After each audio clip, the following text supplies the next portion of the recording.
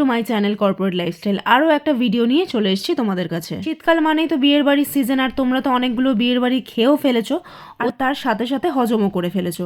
আর অবশেষে আমার একটা বিয়ের বাড়ি নিমন্ত্রণ পড়েছে। আমার পায়ের অবস্থা তোমরা তো সবাই জানোই কিরকম কি হয়ে আছে, কিন্তু সেলাইটা কাটা হয়েছে বলে আমি একটু পাটা ফেলতে পারছি, আর যাবো বলে ডিসিশনটা নিতেও পেরেছিলাম। আচ্ছা যাই হোক, ঝটাপট বলে ফেলো তো আমাদেরকে কিরকম লাগছে, আমাদেরকে কেমন লাগছে সেটাও বলবো, আর স্পেশালি আমাকে কেমন লাগছে সেটাও কিন্তু জানাতে ভুলো না। বেরিয়ে প্রথমে পেট্রোল পাম্পে চলে আসলাম, ট্যাঙ্ক পুরো ফুল করে নিয়েছি আর চলে এসেছি বিয়ের বাড়ির স্পট। এই একটাই ব্যাঙ্কোয়েটে না দুটো বিয়ে হচ্ছিল, তো আমরা কনফিউজ হয়ে গেছিলাম যে ফ্রন্টের বিয়ের বাড়িটা আমাদের না ব্যাক সাইডেরটা। আজ কিন্তু রিসেপশনের ইনভিটেশনটা ছিল আমাদের। তো বাবা ওখানে দাঁড়িয়েই ফোন করে জিজ্ঞেস করে নিয়েছিল যে আমরা কোন জায়গায় যাব। ভেতরটা এতটা সুন্দর আর আমার দেখে এত ভালো লাগছিল। যখন আমরা মানে ফ্রন্ট থেকে আসছিলাম তখন আর একটা যাদের বিয়ের জন্য বুকিং করা ছিল সামনের দিকে, তখন ওখানে মালা বদল হচ্ছিল, তো জাস্ট দারুণ লাগছিল। আমার মতন কারা কারা তোমরাও শাড়ি পরে দুদিক করে বসতে পারো একটু কমেন্টে জানিও তো।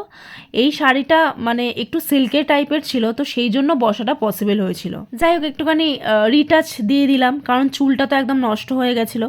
বাইকে আসা এই একটা সমস্যা, মানে হেলমেট পরলেই সব কিছু নষ্ট। যাকগে চলে তো এসছে, অনেক ঠান্ডা ছিল তো সেই জন্য ম্যাচিং করে কিছু ব্লাউজও পরতে পারিনি। আমারও সেম অবস্থা আর মায়েরও সেম অবস্থা। আচ্ছা এবার বলি, আমরা যাদের রিসেপশন পার্টিতে এসছি সেটা হচ্ছে বাবার বন্ধুর ছেলের আজকে রিসেপশন। এই যে বলতে না বলতেই তাদেরকে দেখে নাও তোমরা। আর দুজনকে এতটা সুন্দর লাগছিল, প্রচণ্ড কিউট লাগছিল, কোনো ওভার মেকআপ ছিল না, মানে যে ব্রাইড ছিল দেখতে সত্যি ভালো লাগছিল। সিম্পলের মধ্যেও খুব ভালো লাগছিল। এখন যা আমাদের নতুন নাটক শুরু হয়েছে যে ব্রাইড মানেই খুব হেভি মেকআপ, বাট মেয়েটা খুবই সিম্পল একটা মেকআপ করেছিল, দেখতে খুবই গর্জিয়াস লাগছিল। যেহেতু অনেক দিন পর বিয়ের বাড়ি পড়েছে তার জন্য একটু খাওয়া দাওয়া তো খেতেই হবে, তাই না? বিয়ের বাড়ি মানেই হচ্ছে খাওয়া। শুরুটা করেইছিলাম ফুচকা দিয়ে, কিন্তু জলটা খাইনি কারণ সেলাই হয়েছিল, তাই টকটা অ্যাভয়েড করছিলাম। সে দেখি বাবা এখানে আগে ভাগে খাওয়া শুরু করে দিয়েছে। তো যাই হোক, তারপর আমিও একটু হালকা ফুলকা খেলাম, কারণ বিয়ের বাড়ি মানেই মনে হয় যে আমি অনেক খাবো, কিন্তু আলটিমেটলি আমি খাওয়াটা একদমই জিরো। দেখেই মনে হচ্ছে যে আমি অনেকটা খেয়েছি, কিন্তু আদৌ সেটা সত্যি একদমই না। মনে ভাবি যে না আমি প্রত্যেকটা ডিশই একটু একটু করে টেস্ট করবো, বাট সেই টেস্টও আমি করতে পারি না। আচ্ছা তখন তো আমি ব্রাইড আর গ্রুমকে ভালোভাবে দেখাতে পারিনি, হালকা একটা ছোট ক্লিপ নিয়েছি। আমি ফটো তুলে দিচ্ছিলাম, সেটা ভালো লাগছিল না। এখানে নিজে ফটো তুলছে কারণ তিনি হচ্ছেন বিশাল বড় ফটোগ্রাফার। আর এই যে কত রকম ট্রিক্স জানে বাবা, সেটা আপনারা দেখে নিন। দুজনের এইভাবে ছবি তুলছে আর দেখে সেটা আমরা হাসাহাসিও করছিলাম, আর দেখতে একটু সুইট লাগছিল। যেহেতু শীতকাল আর ফিরতেও হবে বাইকে, তো সেই জন্য বেশি রাত করলাম না। 9:30টার মধ্যেই আমরা মোটামুটি খাওয়া দাওয়া শুরু করে ফেলেছিলাম। খাওয়া দাওয়ার মধ্যে অনেক আইটেম ছিল, বাট আমি প্রথমে একটু ভাত, ডাল আর ফিশ ফ্রাইটা নিয়ে নিয়েছিলাম। এটা দিয়েই আমার হয়ে গেছে। আর সাথে পাতুরিটা নিয়েছিলাম, পাতুরিটা ঠিকঠাক ছিল মোটামুটি। তারপরে একটু হালকা করে নিয়েছিলাম মাটনটা সত্যি খুব টেস্টি ছিল, কিন্তু মাটন অবধি পৌঁছাতে আমার পেটটা পুরোটাই ভরে গেছে। পুরোটাই আমার খাওয়ার একদম শেষ হয়ে গেছে। এর সাথে অনেকগুলো আইটেম ছিল, কুলচা ছিল, তারপর পনির ছিল, অনেক রকমেরই ছিল, বাট আমি কিছু টেস্টও করতে পারিনি কারণ নিয়ে বেকার নষ্ট করাটা আমার ভালো লাগে না। সবথেকে বেশি ভালো লেগেছে এই আমের চাটনিটা, বেশি টকও ছিল না, মিষ্টি ছিল, তো সেই জন্য আমি খেয়েছি, দুবার করে নিয়েছি।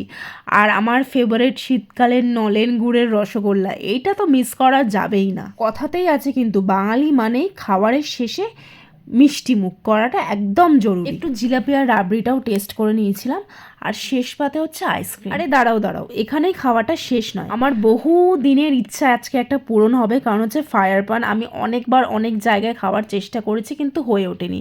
এখানে আমি ট্রাই করলাম, আমার এক্সপিরিয়েন্সটা হচ্ছে জঘন্য, কারণ মুখে নেওয়ার পরেই আমি ফেলে দিয়েছি। আমাদের কি ভালো লাগে এই ফায়ার পান, আমি কিন্তু আর কখনো ট্রাই করবো না, এইটা শিওর। সবাই হচ্ছে সেলফি লাভার, এই যে আমি প্রমাণ দিয়ে দিলাম আজকে, তোমরাও কিন্তু দেখে নাও। ট্রিক্স কাজ করে গেছে। ওদেরকে আমরা একসাথে দুটো লিফটে উঠেছি, ঠিক আছে? ওরা এখন আসতে পারেনি কারণ আমরা ওঠার আগে আরেকবার করে প্রেস করে দিচ্ছিলাম। ও এটাও হতে পারে ওরা বেরিয়ে গেছে, আমরা আগে চলে এসেছি। বুঝতে পেরেছেন তো ব্যাপারটা কি হয়েছিল? সব একসাথেই আসছিলাম, শেষে এই অবস্থা, মানে সাজু গুজু সব শেষ। আর এখানে মাওবাদী, দেখি তোমার লুকটা একটু দেখিয়ে দাও। খাওয়া দাওয়া হয়ে গেছে, বাড়ি ফেরার পালা। এইভাবে বাড়ি যাবে? কিষেনজি সত্যদার মা তো কিষেনজি। দেখেই বুঝতে পেরেছেন মনে আমাদের সবার কতটাই ফুর্তি। যাই হোক, আমরা অনেক দিন পর চারজনে একসাথে বেরালাম, খুবই মজা করেছি। চলো এবার বাড়ি ফেরার পালা। আবার দেখিয়ে দিই তোমাদেরকে আমি কিভাবে বাইকে শাড়ি পরেও দুদিকে বসি। এটা কিন্তু অ্যাকচুয়ালি আগে আমি বসতে পারতাম না, জেনুইন বলছি। আমি দিদিভাইকে দেখেই এটা শিখেছি, আমি তোমাকে দেখেই শিখেছি। তুমি যদি ভিডিওটা দেখো, দেখো আমি তোমার নামে কত সুন্দর ক্রেডিট দিলাম। প্রথম আমি দিদিভাইকেই দেখেছিলাম বাইকে এইভাবে বসতে, তো তারপরে আমি আস্তে আস্তে বসা যখন শুরু করি, তো এখন আমার কাছে নর্মাল লাগে। তো যাই হোক, মা একটু শালটা দিয়ে দিচ্ছিল, ওখানে বিভৎস ঠান্ডা লাগছিল, সেজে গুজে ছিলাম বলে সেটা অতটা মালুম হচ্ছিল না। চলো তাহলে শীতকালের প্রথম বিয়ের বাড়িতে একদম ফাটাফাটি কাটলো। তোমাদের বিয়ের বাড়িগুলো কিরকম কাটছে সেটা অতি অবশ্যই জানিও। আমার ভিডিওগুলো ভালো লাগলে লাইক, কমেন্ট এবং শেয়ার করে দিও। চলো তাহলে আজকে এখানেই ভিডিওটা শেষ করছি, আসি তাহলে, টাটা।